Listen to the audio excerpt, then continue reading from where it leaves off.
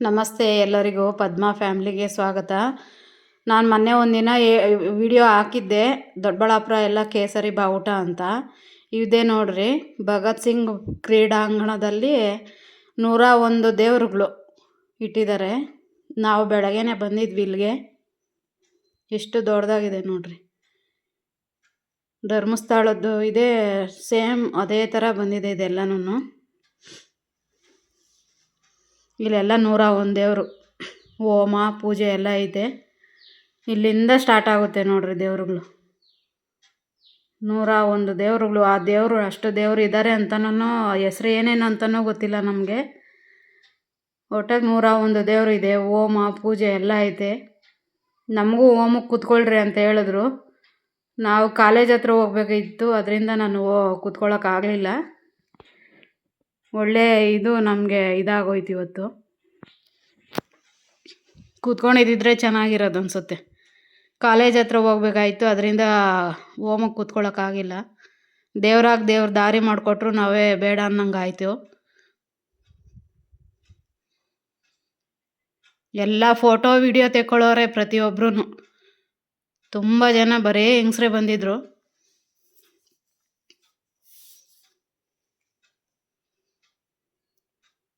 ನೋಡಿದಷ್ಟು ಇದ್ದಾವೆ ದೇವರುಗಳು. ಏನೇನು ದೇವರುಗಳು ಹೆಸ್ರುಗಳು ಕೆಲವು ಹಾಕಿದ್ದಾರೆ ಇಲ್ಲಿ ಎಲ್ಲ ಹೆಸ್ರುಗಳು.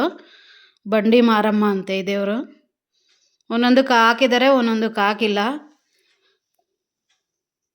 ಇವ್ರು ರಾಮ, ಆಂಜನೇಯ, ಪ್ರತಿಯೊಂದು ದೇವರುಗಳು ಇದ್ದಾವೆ. 101 ದೇವರುಗಳು. ಅದು ಎಲ್ಲೆಲ್ಲಿಂದ ತಂದಿದ್ದಾರೆ ಅಂತ ಗೊತ್ತಿಲ್ಲ. ತುಂಬ ಚೆನ್ನಾಗಿ ಅಲಂಕಾರ ಮಾಡಿದರು. ನೆನ್ನೆ ಎಲ್ಲ ಬೈಕ್ ರ್ಯಾಲಿ ಇತ್ತು. ಬೈಕ್ ರ್ಯಾಲಿ ವಿಡಿಯೋ ಮಾಡೋಕ್ಕಾಗಲಿಲ್ಲ. ನಮ್ಮ ಮನೆಗೆ ಸ್ವಲ್ಪ ದೂರ ಇತ್ತು, ಅದರಿಂದ ಹೋಗೋಕ್ಕಾಗಿಲ್ಲ.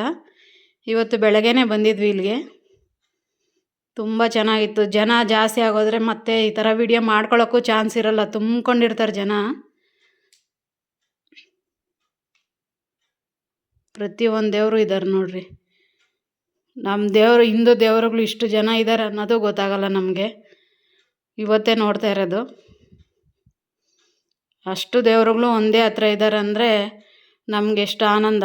ಅದು ನಮ್ಮ ದೊಡ್ಡಬಳ್ಳಾಪುರದಲ್ಲಿ ಮಾಡಿದ್ದಾರೆ. ಒಳ್ಳೊಳ್ಳೆ ಕಾರ್ಯಕ್ರಮ ಮಾಡ್ತಾ ಇರ್ತಾರೆ.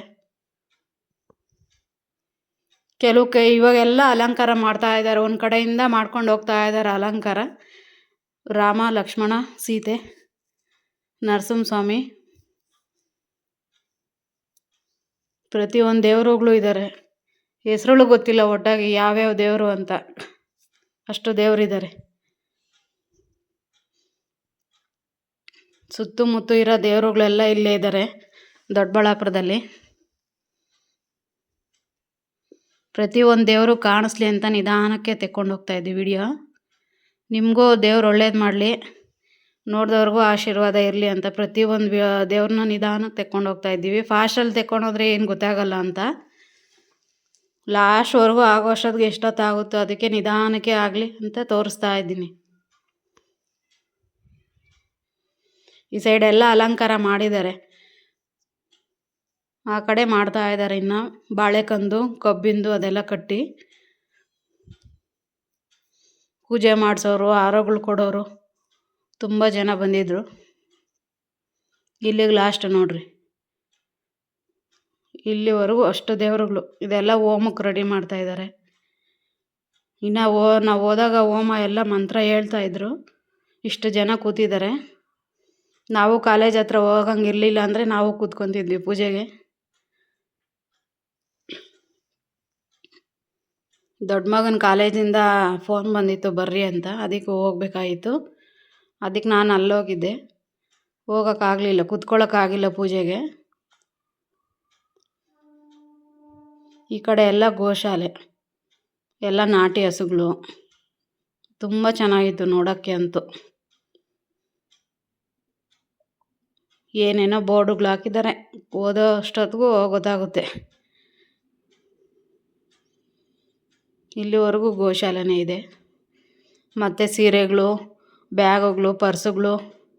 ಇದು ಪ್ಯೂರ್ ಕೊಬ್ಬರಿ ಎಣ್ಣೆ ಅಂತೆ. ಮತ್ತು ಗಂಜಲದಿಂದ ಮಾಡಿರೋದು ಏನೇನೋ ಇಕ್ಕಿದ್ರು. ಈ ಸೈಡು ಕಾಣಿಸುತ್ತೆ ನೋಡ್ರಿ. ಇವರೆಲ್ಲ ಮನೆಯಿಂದ ಮಾಡಿರೋ ಐಟಮ್ಸು.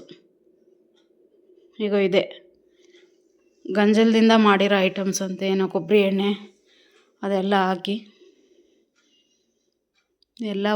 ಎಲ್ಲ ಲೇಡೀಸ್ ಇಟ್ಕೊಂಡಿದ್ದಾರೆ. ಮತ್ತು ಇಲ್ಲೇ ಪ್ರಸಾದ ಕೊಡ್ತಾಯಿದ್ರು. ಬೆಳಗ್ಗೆ ಪ್ರಸಾದ ತಿಂದ್ಕೊಂಡು ಇಲ್ಲಿಂದ ಕಾಲೇಜ್ ಹತ್ರ ಹೊರಟ್ವಿ. ತುಂಬ ಚೆನ್ನಾಗಿ ಮಾಡಿದರು. ಟೊಮಟೊ ಬಾತ್ ಮಾಡಿದರು. ಪ್ರಸಾದ ತುಂಬ ಚೆನ್ನಾಗಿತ್ತು. ತಿನ್ನೋ ಅಷ್ಟು ಹೊಟ್ಟೆ ತುಂಬ ತಿನ್ಕೊಂಡು ಅಲ್ಲಿಂದ ಬಂದ್ವಿ. ಯಾರೆಲ್ಲ ನಮ್ಮ ಚಾನಲ್ ನೋಡ್ತಾ ಇದ್ದೀರಾ, ಸಬ್ಸ್ಕ್ರೈಬ್ ಮಾಡದೆ ನೋಡ್ತಾ ಇದ್ದರೆ ಪ್ಲೀಸ್ ಸಬ್ಸ್ಕ್ರೈಬ್ ಮಾಡ್ಕೊಳ್ಳಿ.